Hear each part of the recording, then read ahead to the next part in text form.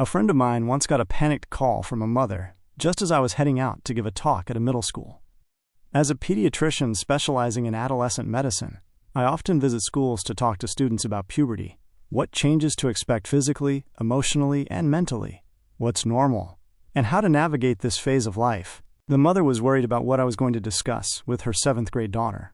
My friend reassured her, but it struck me how even well-educated parents from elite schools hesitate when it comes to conversations about reproductive health. One school even told me they had arranged a session on the topic through an NGO, but had to cancel because too many parents objected.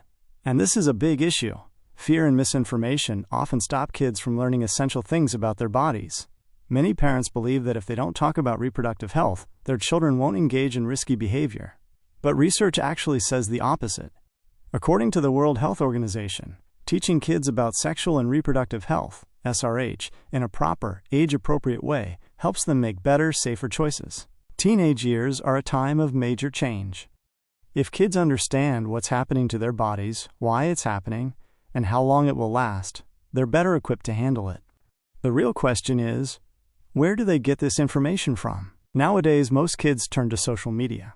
If parents don't discuss these topics because of cultural taboos, children will look for answers elsewhere, sometimes from unreliable or even harmful sources.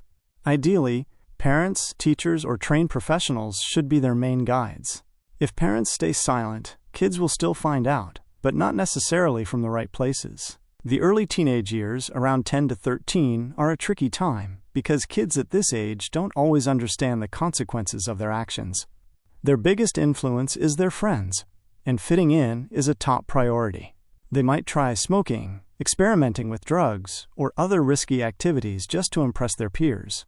At this stage, their brains aren't fully developed to think about the long-term effects of their choices.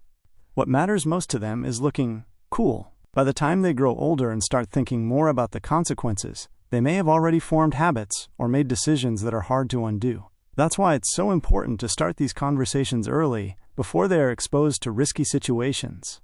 Schools are one of the best places for kids to learn about reproductive health in a structured, evidence-based way. Teaching them early helps them develop healthy attitudes and reduces the risk of falling for harmful myths or making dangerous choices later. Many people think that talking about reproductive health encourages early sexual activity, but global research actually shows the opposite.